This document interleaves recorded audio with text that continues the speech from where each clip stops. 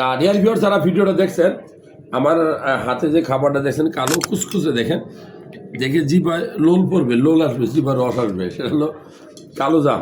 এটা খাওয়া উচিত, কারণ এটা ভিটামিন সি সমৃদ্ধ একটা খাবার। প্রচুর ভিটামিন সি আছে, অ্যান্টি অক্সিডেন্ট আছে, লাইকোপেন আছে, আয়রন আছে, ক্যালসিয়াম আছে, ম্যাঙ্গানিজ থাকে, জিঙ্ক থাকে, ফাইবার থাকে, পানিও থাকে।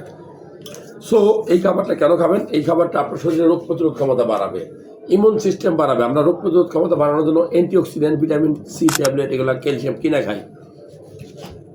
এটা ফরমালিন মুক্ত একটা খাবার। এই সিজনে প্রচুর খাবেন। যাদের যৌন দুর্বলতা আছে, টেস্টোস্টেরন লেভেল কমছে, তাদের জন্য এই খাবারটা খুব গুরুত্বপূর্ণ। সাইট্রাস ফল।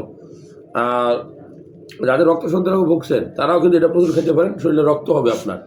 এই জন্য বলবো আপনার সন্তানকে, আপনার বয়স্ক বাবা মাকে প্রচুর পরিমাণ জাম কিনে নিয়ে খাওয়ান। জাম খুব গুরুত্বপূর্ণ, গ্রামে কিন্তু এমনি করে নষ্ট হচ্ছে। সো এটা একটা দামি খাবার। ভালো লাগলে এই তথ্যগুলো শেয়ার করবেন।